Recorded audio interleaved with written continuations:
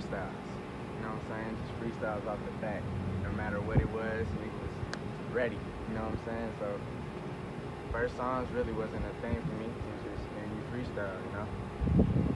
So, and seeing you do your thing was, you know, it's monumental. You know what I'm saying? Like you took your time.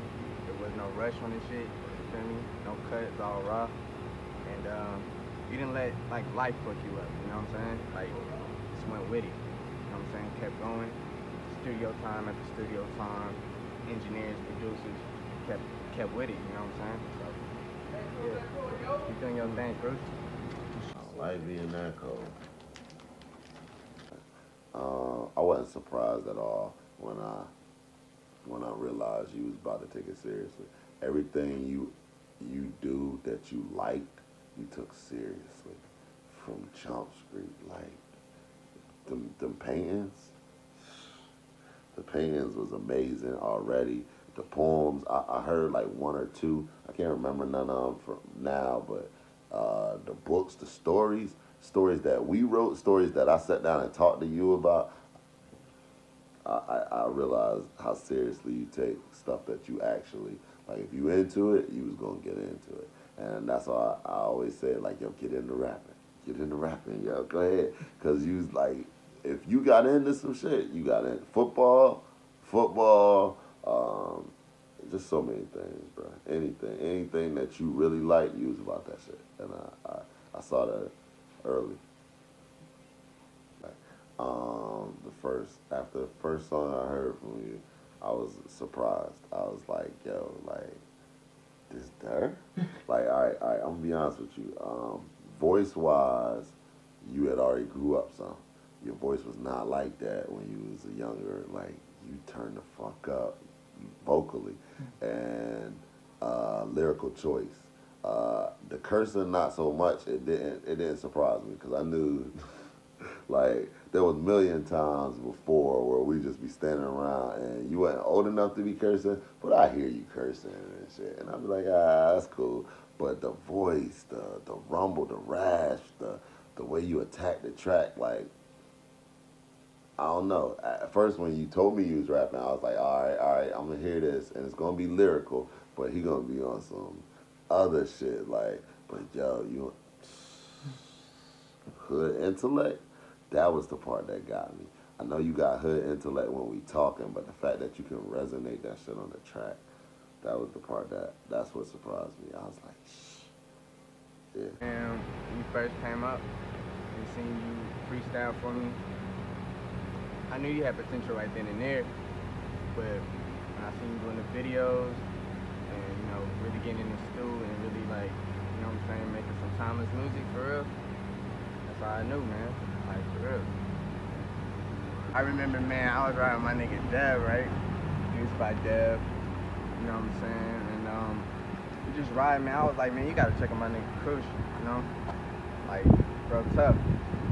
Like, man, go ahead, you know what I'm saying? Drop this shit. So, we listening to Lane and Lane at this point. Bro was like, oh, nah, man, this shit go crazy. This shit go crazy, like, you know what I'm saying? I'm on my way right now. We at my pop barbershop and shit. So we get here, man. Koosh pull up. You know what I'm saying? He stay around the way. Came through, man. We just got to it. You know what I'm saying? Started recording, man. It's crazy. You know, it's crazy. All right, this was a hard one because there's so many moments, so many times where I was like, even as a older nigga, you was there. Like it was a staple. Like I'm sitting in the store late at night, and you in the back watching movies and eating fucking everything, just eating everything. But the most, my favorite thing about all of that time was the fact that any and every single person that ever met you saw in you what I saw in you. Like it wasn't a mystery. It wasn't like EJ, why you spending so much time with this little boy? Nah, it was like, hey, look at that EJ, like, cause they knew, like, yo, EJ is not. I wasn't trying to be your mentor. I wasn't trying to be. All I wanted to do was spend time with people who shared the same mind as me. Man, Jers, all of the old hood niggas. You know what I'm saying? And then came along a young nigga who had the same mind as me. All you wanted to do was chill. All you wanted to do was think about what your next step was. You was playing chess in a world where a lot of niggas was playing checkers. You know what I'm saying? You was already on making moves according to what you wanted to do in life.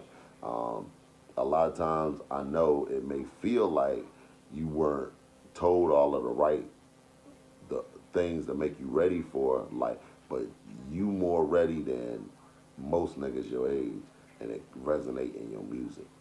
Boom. Most niggas your age give up quick. Most niggas your age, most niggas in your whole demographic ain't got the lyrical ability to give a fuck enough of a fuck about a song to put in the time, the effort, and promoting, and writing, and finding beats, and having a producer who don't make you sound horrible, and not just sticking to what everybody wants you to do. You do all of that, and I knew you would, and you knew you would from a long time, but everybody else around you knew that. I talked to your mama, she know it. Man, Jers, all the guys in the barber shop, Miss Teresa, anybody who came in, any person who I brought to the store, like, yo, this my little nigga Dirt.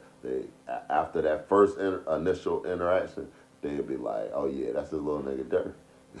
You ain't know? Oh yeah, Dirt, he just a cool little nigga. You can talk about whatever around him, he good nigga. You know what I'm saying? So yeah, that was it. Of all the years that you have been a creative, my favorite part is when you discovered yourself via art as far as graffiti is concerned. And like you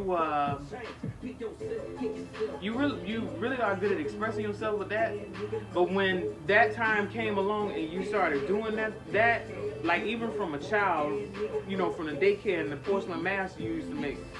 But like even from that time, I knew that part of you would either give birth to something else or open a door for something else.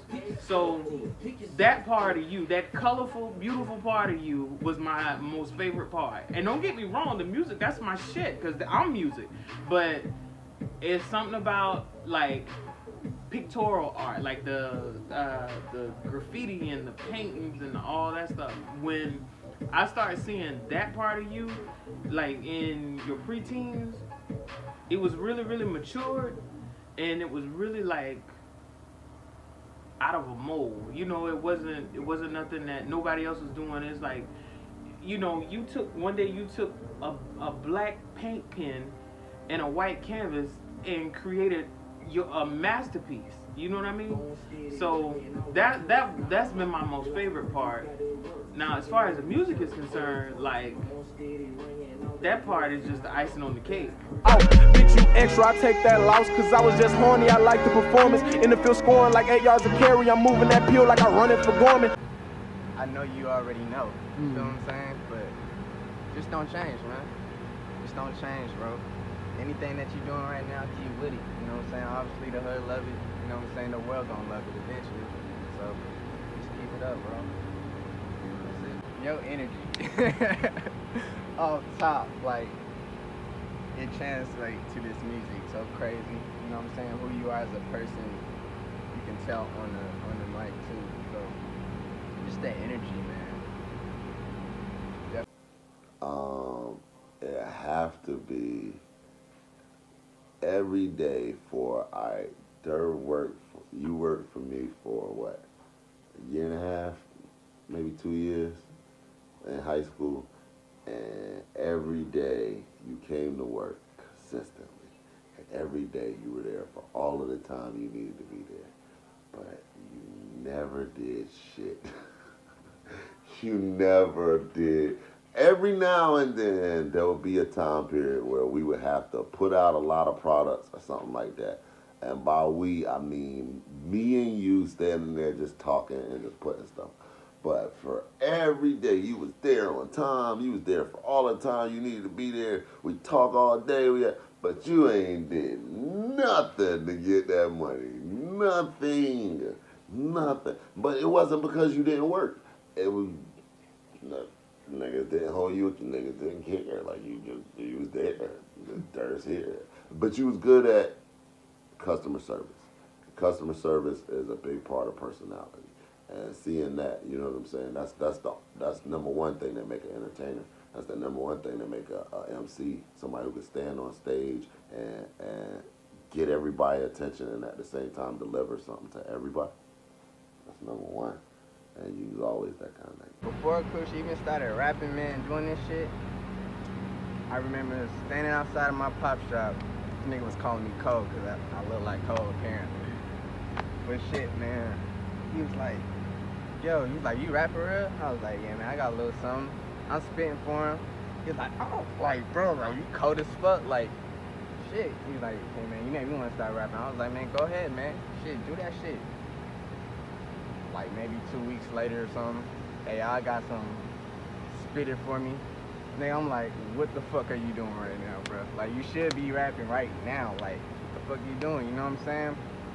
So after a while, you know what I'm saying, him writing and coming back to me and shit with more content, more lyrics and shit like that, bro, it just inspired me because, you know, he wasn't rapping at all. And he just heard me rapping.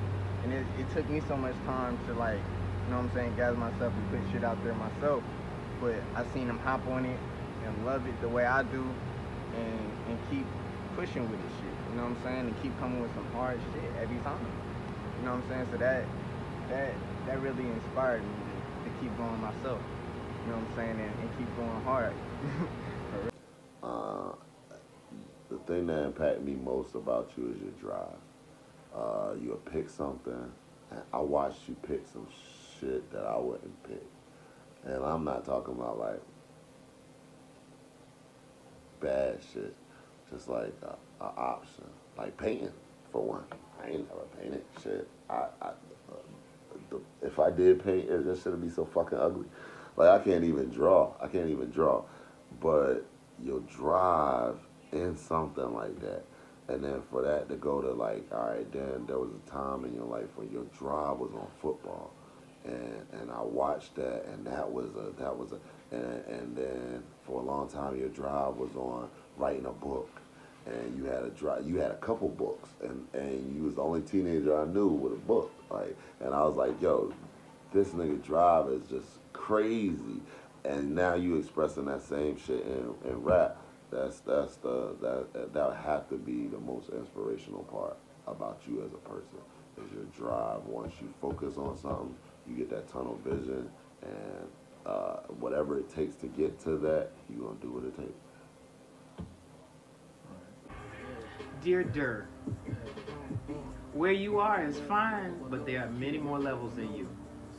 Many more glorious levels in you. You know, don't get me wrong, you know, you've done a lot this far. It's been a beautiful, wonderful thing, but greatness is infinite. It really ain't got no beginning, it ain't got no end. So you don't have to stop if you don't want to. It's always more to create, you know, like it's always another level, you know. You can always go a different direction. You can I think what I want to say is there is plenty ways to reinvent yourself, you know, without selling yourself short, and without selling the people that supported you, like as far as your fans or whatever. It's plenty ways to go without selling them short or without being true to yourself.